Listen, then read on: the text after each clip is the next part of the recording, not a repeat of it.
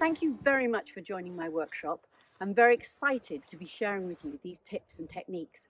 So one of the key things that's very important when you first start to write is to spend time with the thing that you want to write about and to really look at it. And I also let your ideas flow through your pen. And this is known as free writing. A lot of writers I know, and indeed I do it myself, I wake up every morning and I free write for 5 minutes, which means I write without stopping. Don't take your pen off the paper. If you don't know what to write, just keep writing, I don't know what to write. And my invitation to you is to do a small free write about this fantastic view behind me. I'm going to give you 3 minutes. And I would like you to really look at that picture and write down everything that you see. And think about the 5 senses. Describe it, what you see, as if you were describing it to somebody who is blind. And then think about the sounds and the textures. So I'm going to do it too, but I have got a timer. And I'm going to give you 3 minutes, and please give it a go. And if you find you get stuck, just look at the camera and look at the picture and just keep writing. Just give it a go and don't give up. Ready, steady, 3 minutes, start. I can see in front of me.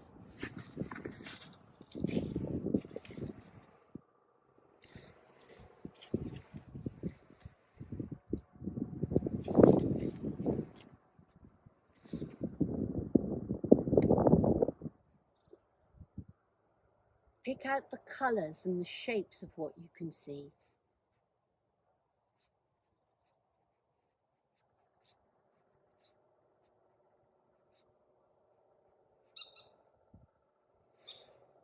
You could include the sounds. Everything. It doesn't have to be linear. This can be a random assortment of responses.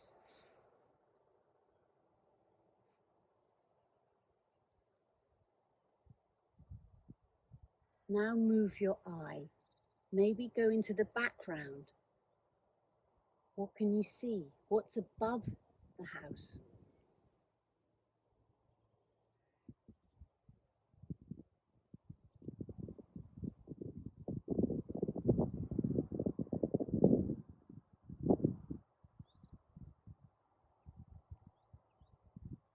Every detail, get it down, the shape, the texture, the windows, the light. And all the time the sound you're creating. It's like a small film with words. And there's no wrong answer.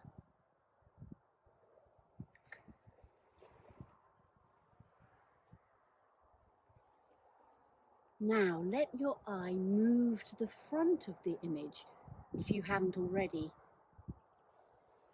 How is this scene framed? What do you see closest to you? What does it remind you of?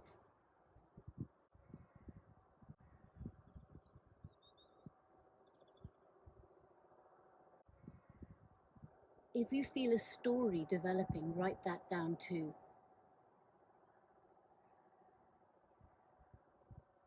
You can even imagine you're walking up in this picture. You could go up to the gates, wander through the garden.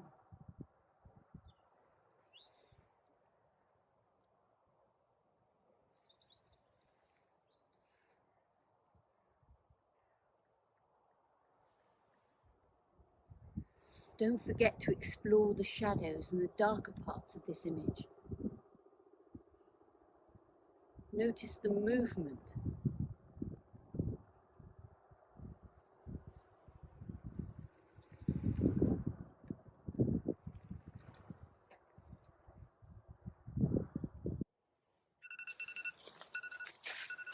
Great, your 3 minutes is up. You should have before you a list of words or just an explosion of words or full paragraphs. But having looked at that picture, the scene in front of you, and written down everything you can think of, I hope you can enjoy what you've achieved. Something I'd like you to do too now is to just run your eye quickly over what you've written. It doesn't have to make sense, but just find a word or phrase that you really enjoyed writing. It could be something that surprised you, something where you thought, yeah, I nailed it, or it could be something that you didn't notice and you only noticed it when you really looked. But please put that circle and really know that you've done a really good job and have looked really hard, and let your pen note down what you saw. Thank you very much. I'd be really interested to see what you have chosen. So if you want to put your word or phrase, or could even be a sentence, in the comments below, then I can make a group poem of your work and we can start having a conversation together, and I can hear and understand what you're seeing as we write together. Thank you.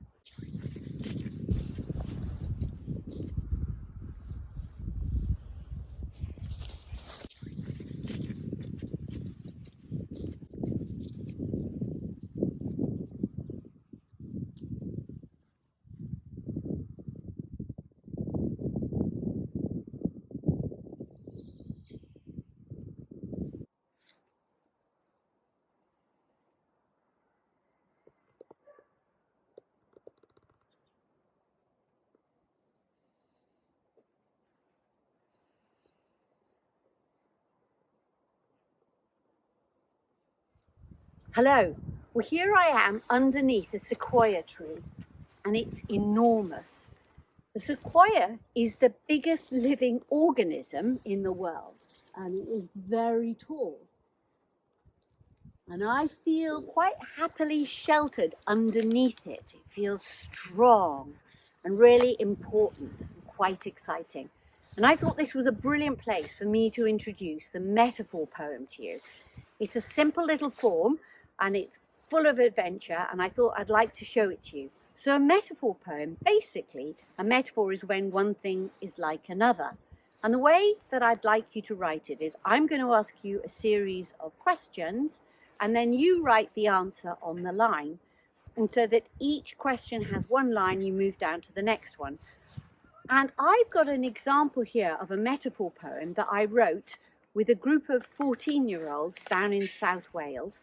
And what I did, just so you get an insight into how you write one, is I asked them, if creative writing was a vehicle, what would it be? And then they wrote, creative writing is, and described the vehicle.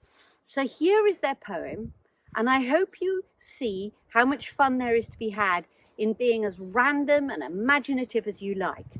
So here we go. Creative writing is a Fiat 500 with a Lamborghini engine. Creative writing is a bus. New ideas always come along as the old ones leave. Creative writing is a long horse ride through a beautiful landscape, peacefully taking it all in. Creative writing is a thick, warm scarf wrapped around you like a hug, protecting you from the cold and scathing comments, keeping your words and your thoughts safe. Creative writing is a leaking tap that no matter what you do, never stops. So that's an example of a metaphor poem that I wrote with some young people. And now I'm going to ask you questions about this sequoia tree, and then you can write your own poem about this amazing tree. And sequoia, the spelling, as I stand here, it makes my stomach turn because I'm not quite sure, but I'll just give it to you. I think it's Sequoia.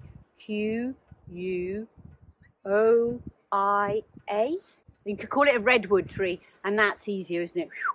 So I'm going to ask you the question. If you could answer, you just write the redwood is and then describe what it is. So I'm going to ask you, if the redwood was a piece of clothing, what would it be? So you answer, the redwood is. Give me lots of detail. If you're a bit stuck, look at the colour. Does that remind you of a piece of clothing? Look at the texture, because shoes and earrings are allowed too.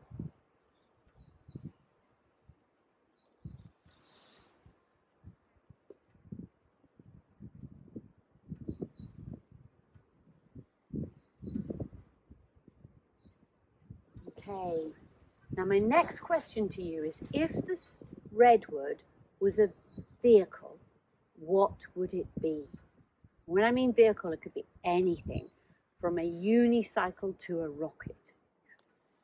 So So you write, the redwood is, and really enjoy how big it is. Think about cranes, think about JCBs.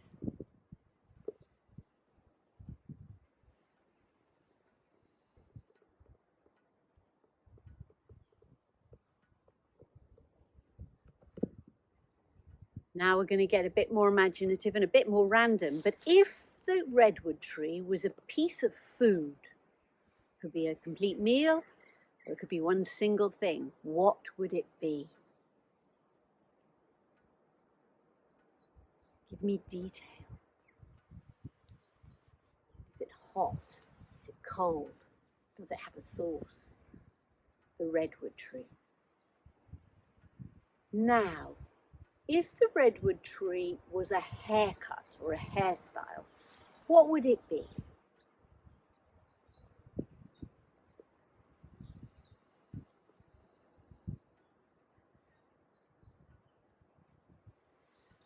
There's no right answer on this one, but I think size and colour and bounce are quite good. Now, new line again. If the redwood tree was a sound, what sound would it be? You can imagine the sound of the tree, or the sound the tree might make. And if this tree could talk, I wonder what it would say. It could also be a piece of music, it could be a piece of your favourite music. What sound is the redwood tree? Finally, if the redwood tree was a mood or a feeling, what would it be?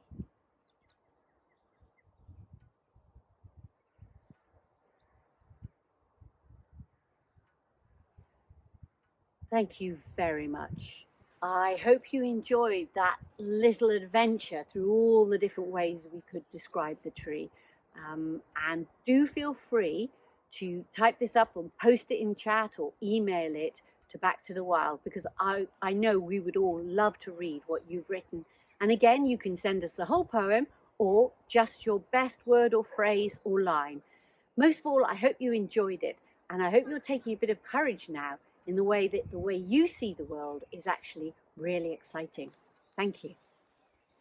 Great. Well, I'm very excited to be here because now I'm going to talk to you about one of my favourite little poems. It's a riddle. It's called a kenning. You might have come across it before. Basically, it was created by the Vikings, who travelled a long way and had very small objects and small belongings to make the travelling easier. And I like to think that a kenning is like a small poem that they could put in their top pocket and remember whenever they were travelling about the world. So it is a riddle, and I've got one here I'd like to read to you. And as I read it to you, I'd like you to try and work out what you think I'm describing. So what am I? Sky tickler, water drawer, oxygen maker, shade giver, wind dancer, nest holder, insect nurturer, autumn dazzler, furniture provider. So, what am I? Can you guess? Think about it. What tickles the sky because it stretches up? What draws water, not in a bucket, but up through its roots? What gives shade and moves, dances in the wind? What holds nests? And what has little insects in its bark? What turns a beautiful colour in autumn and provides wood for furniture? I bet you guessed ages ago, but I couldn't help doing that explanation because I think this is quite an interesting form. Yes, it's a tree. So my invitation to you is to write your own kenning. Now, kennings are really important when it comes to creative writing because they're so very unique, because it's the way you see the world here. And a lot of poets call the mother of all poems. So let me talk to you about the form. A kenning has 2 words on every line, and the second word always ends in ER. So we had sky tickler and water drawer. I'm going to put a copy of this poem up so you can have a look at it, and you will see the way 2 words, second word ending in ER.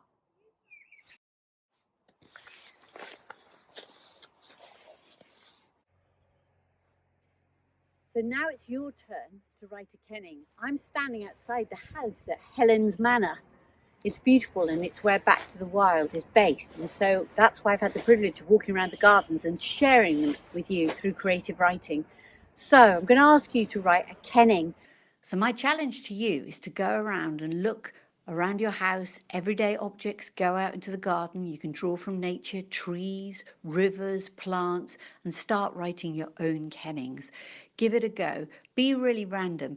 You'd no real rules, just 2 words on each line, second word ending in ER. You can create lists and lists of them and then just choose your best lines.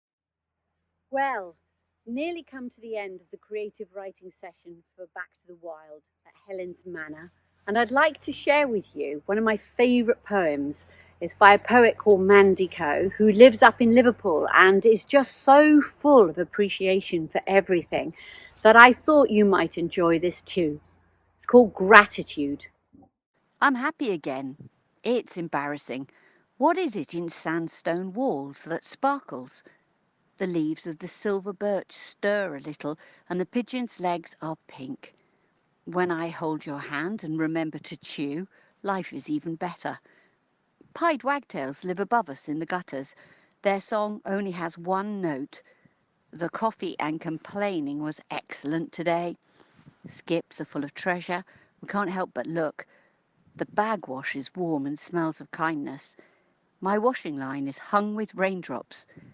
When we win the lottery, we will miss this. So I'd like you to try and write your own poem about all the things that make you feel good, that give you some kind of satisfaction, big or small. It can be opening a bar of chocolate. It can be going out and wandering around in the countryside. It can be being on your own. It can be chatting with someone online. It can be anything. It can be the things you touch, the things you smell, memories, things you look forward to, things that happen every day. Just make a list of them and describe them in real detail and shape them into a poem. I think it's interesting too because Mandy Coe has looked at in detail at stones. She's watched the way the trees move. Even better, she's taken everyday things like, well, coffee, and she said coffee and cake. Normally that's what we meet to enjoy together, coffee and cake, or have on your own. But she talks about coffee and complaining, and it's that trick of putting one thing against another that's unexpected that will make the poem zing. So this is where your imagination and your wordplay can come in. Fiddle with the words and the lines and the expectations. Write down what you really like, which makes you feel good, and just have fun with the poem. And then if you could email it to Back to the Wild, or post it on chat, or just post it to us, we'd be really, really delighted. Thank you so much. I've really enjoyed your attention, your listening, and I can't wait to read your writing. Thank you.